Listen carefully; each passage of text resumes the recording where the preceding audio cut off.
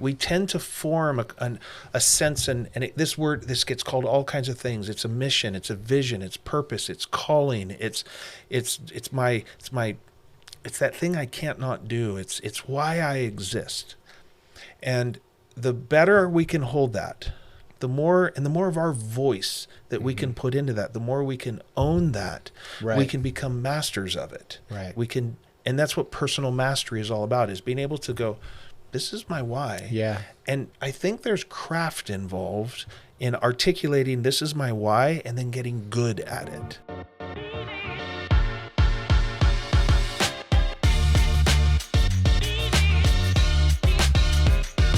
Welcome back to the Hard But Worth It podcast. We are in our conversation right now about our third question in our framework. It's the what are you all about? And in our last episode, Kirk, we were talking a little bit about suits and how, suits might be a thing that you and I can both wear, like a role. But when we tailor make it to us, we get it tailored and fitted perfectly. Yeah. That's where it actually shows up more like me versus a suit that shows up better fitting on you. Yeah. Right? Yep. There's a role that we wear. We wear roles, right? Yes. But you are the body wearing the suit. Yeah. Right? And we always say that you can tell when a suit's wearing a man or the man's wearing the suit. Yeah. Right? That idea. So we're continuing in this conversation about what are you all about? And I think today one way that we might get there is around the why question, right? We're just talking about why, but like when you think about what are you all about, it might be answered with just the why. Yeah. And you have this famous process of it's the why shovel, because you believe that why can always be asked again. That's right. You can always ask why one more time. Yeah. You can question why digs, right? Eventually we just get out and we go do it and we stop asking. But there is some helpful work that we could do. And I found, I think too, in just answering that why question, that sometimes my why changes, right? Which feels wrong to say that even in this conversation. Well, why does that feel wrong? Well, because I think there's a sense that we should have a why identified that is a right why, and it's like a should, I think. Well, why should we have a right why? Yeah, exactly. Stop. We're not going to go there. Here we go into the why stuff. But I think we can partner with that narrative. Yeah.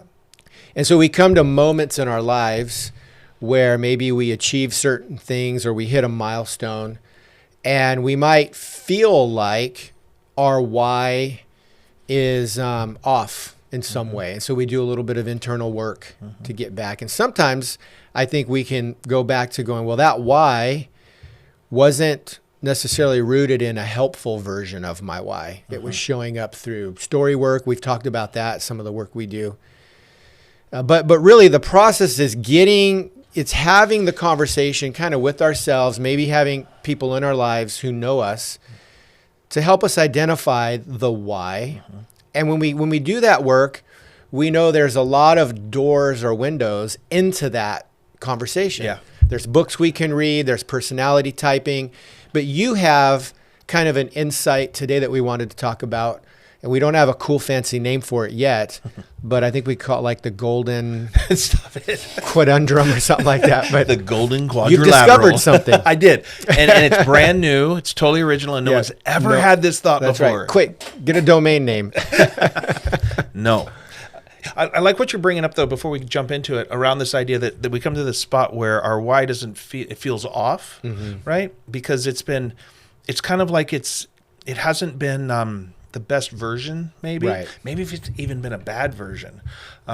Another reason that it can be off is it's like, and this has been my experience, I've had whys that have motivated and animated my behavior and what I'm doing in the world, and it feels great for a time, but in going on and doing things, I got all kinds of feedback. Yeah. And I all of a sudden discover, it's not all of a sudden, but in time you go like, my why isn't good enough anymore. And it was good enough to get me here. Yeah. But it's kind of, I think of it as gone stale. Yeah. And it's like, oh man, I got to go do this work again and ask this question all over again. I think it comes back to this notion you brought up in the very beginning of trying to find the right why. Like, wouldn't it be great if you could answer this question? Yeah. What's my why? I have an answer. It's solid, it's secure, and it's consistent. But you have a pushback too that most people, when you ask the question, tell me your why, they're going to pull out a picture from their wallet of their family, or they're going to show you a Facebook picture of their family, and it's the family. Yep. My why is this. Right. And it's my wife and kids. Yep. But you push back and go, no, there's actually probably more to that. Yeah. Right? Yeah. So we talk about this at Icon when we're working through the framework. We're going to talk about this what's your why question at many different levels, because it's a constant and ongoing journey. It's decades of work, and people get into their 60s and 70s, and I think they're still, if they're doing good work, asking this question. I'm not sure it's a question we ever answer. I think we find functional and operational and activatable answers to it. But when we activate on those answers, we get feedback that causes us to re-ask it again, because I think you are more interesting, you're bigger, you're more complex than you will ever fully comprehend. Right. And so there's no end to this process. So at Icon, what we're largely doing is trying to teach people how to ask the question really well, knowing that operational answers are byproducts. But if you know how to ask this question well, you'll be able to come back to it, which I think is great. So I was listening to a podcast recently, and somebody had done work, and they'd gone through this whole process of doing the what's your why stuff with someone famous, and that was great. And then they got their why, and that felt good. They're telling this story. He said, but then along the way, they discovered that there are these patterns of why, and he started to notice that, and he's a smart guy, and so he figured out the patterns, and he got them boiled down to 9 different patterns, and then he wrote a book, and it's the Why Institute. You can go look it up, and he's got 9 patterns for all the whys. And he made this claim that you can go to his website, click a button, answer a bunch of questions, and in 8 minutes, he'll tell you what your why is. And I was like... He probably made a lot of money. You know what? I'm sure he has. And I went and looked at his work, and I like his work. I don't think he's wrong. I don't like his framing. Yeah. I'll tell you, you'll discover what your why is in 8 minutes. And I looked at what he's doing, and he's got 9 different patterns of motivation, things that motivate different things. But he's talking about archetypes. He's talking about personality. Yeah. And as I looked at that, I'm like, right, because personality is the first major component of the answer to this question. It has a lot of things about it. And we talk about the Enneagram a lot at Icon. And you and I are both 8s. We're both challengers. Mm-hmm. And you can see that in us and how we talk and communicate, move through the world. It's very obvious we're both 8s. It has a motivational feature that connects to how we do what we do and why we're doing what we're doing. It's great. It's a useful understanding to say we're both 8s. But it doesn't answer the question in a satisfactory way, what's my why? Mm-hmm. So this idea that the guy found 9 different whys, and he boils them all down to 9, and that somehow is going to tell you what your why is, I find that to be misleading and a incomplete answer. But it is helpful if you understand that a component of discovering your why is to discover your personality. Trait theory is very helpful about how you operate and what gets your attention. So that's number 1. So we're going to talk about the 4 different elements, and number 1 is your personality. Sure. If you don't know how your personality works, what are the animating and motivating features of it? It's your answer to the question, what's my why, is going to be thinner. Yeah. It's going to limit your ability to define it. Correct. Yep. And early in our journey of discovering what's our why, sometimes we discover our personality, and that's enough. I'm an ENTJ in the Myers-Briggs world. And in Myers-Briggs world, they'll tell you that ENTJs are change agents. And through most of my late 20s and early 30s, if you had asked me what's my why, I would have said change. The central animating feature of my life is I love change. I want to create change. I want to study change. But that was my personality talking. Yeah. I came to a point where I had to realize, wait a minute, what change do I want to make? Sure. So would you say then that's part of why, get it? Why? There it is. It's part of why we kind of come to this moment when we first do some self-discovery around personality traits. Maybe we took the DISC test back in college, or Myers-Briggs is another, or StrengthsFinder, or there's several of them out there. And the first time I took that test, which was the DISC test for me, I scored high on the I and almost as high on the D. And then, of course, which is another way of saying 8. Yeah, exactly. Right? Because Yeah, correlate. exactly. Yeah, me too. I'm a DI. But I was going, oh, now all of a sudden I understand why. Right. It brought a sense of, oh, this feels right. Yep. And now I had so much understanding of why I was motivated. And is that kind of... It's super helpful on Yeah. the journey. In fact, it feels like the answer in the beginning. Right. This is my why. Now I know who I am. Yeah. But in the DISC test, there's 4 profiles, and they've broken and in Myers-Briggs, there's 16, and in Enneagram, there's 9, and in Strength Finders, there's 32. And what they're doing is they're breaking the human experience down into these little buckets, and then they put you in the bucket, and they say, enjoy your bucket. And in the beginning, it's awesome. But what you realize, if we pick on Myers-Briggs for a minute, 16 different profiles. I'm an ENTJ.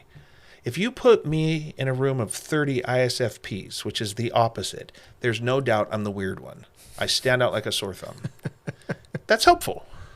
However, if you put me in a room of ENTJs, we still know the differences between us. It's like the color wheel. It's interesting to know that I'm red and you're blue. But if I'm red and I need to go buy red paint, you send me down to the paint store to buy red paint, and I say, I'd like red paint. The guy behind the counter is like, I need a ton of more information. Yeah. Right? It's that sort of differentiation, which is very helpful. But as you go on in the journey of trying to articulate your why, it's not enough information after a while. So that enters the second major feature. So personality is one of them. But you already brought this up, the family notion. Yeah. I'm part of a networking group, and people do feature presentations on a regular basis. And they will often answer the question, what's their why in their feature presentation? They throw up photos of their family. It's pretty common. This is my why, my family. And it is a valid, meaningful why. I think a lot of us are deeply moved by our families. It creates incredible meaning and purpose in our life.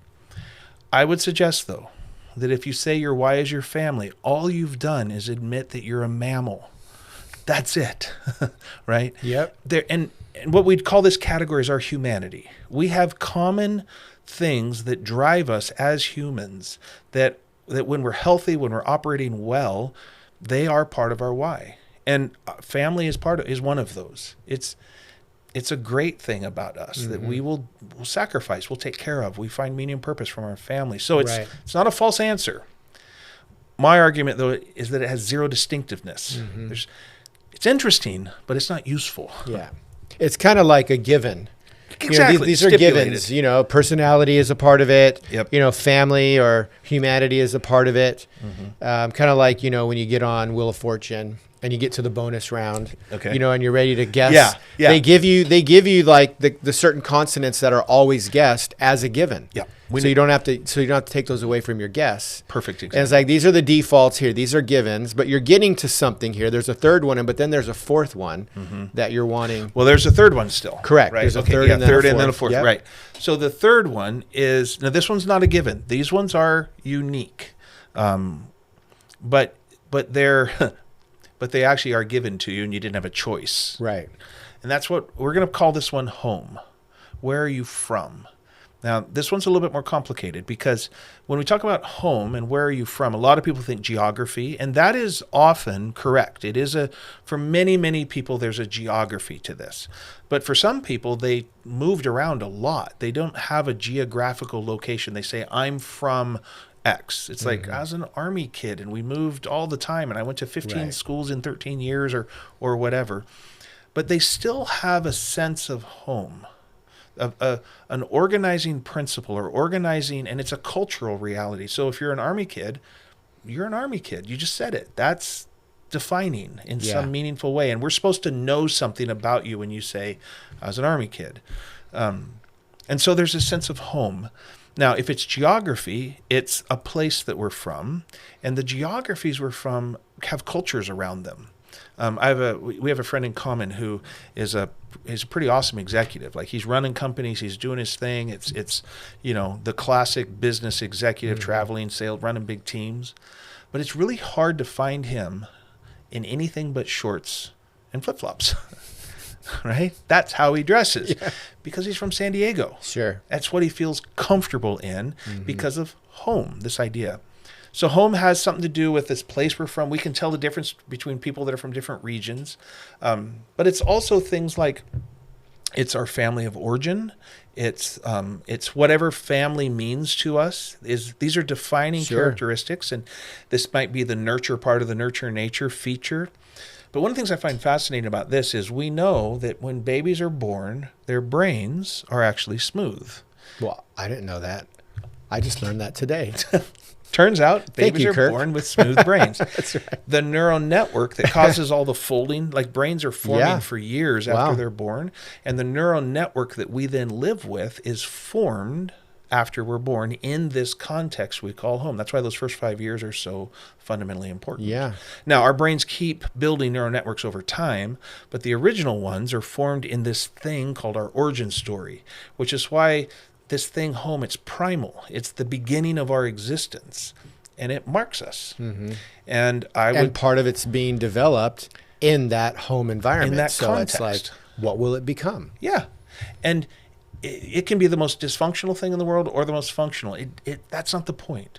The point is that we were formed, and part of how we operate in the world, part of our operating system that's on board in us is a function of this thing called home.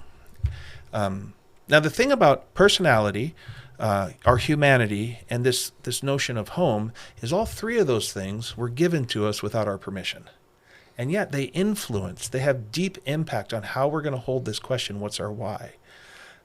So it's important to know how those are working, how they operate. But there's a fourth one. And I think this is where the real work, that's not true. It's real work to figure out personality, to figure out how your primal origin story functions. But the personal work is this fourth category.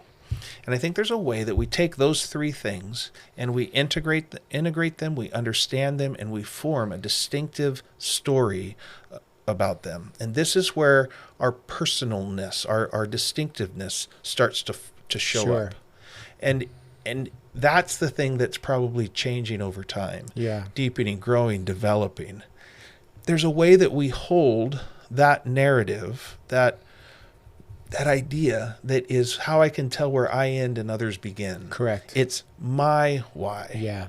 Which is why I think the coaching relationship can be helpful at some of these moments in our life, because usually when we're at a spot of trying to define the why, we might be stuck. We might be finding ourselves reaching a peak, and so we might be feeling empty and needing more meaning. And having a guide to help us work through questions like, again, what am I all about? What's my personality? Maybe my home life is contributing now at this stage of my life more than it ever did in this previous season because of certain factors that are going on. Maybe my family piece.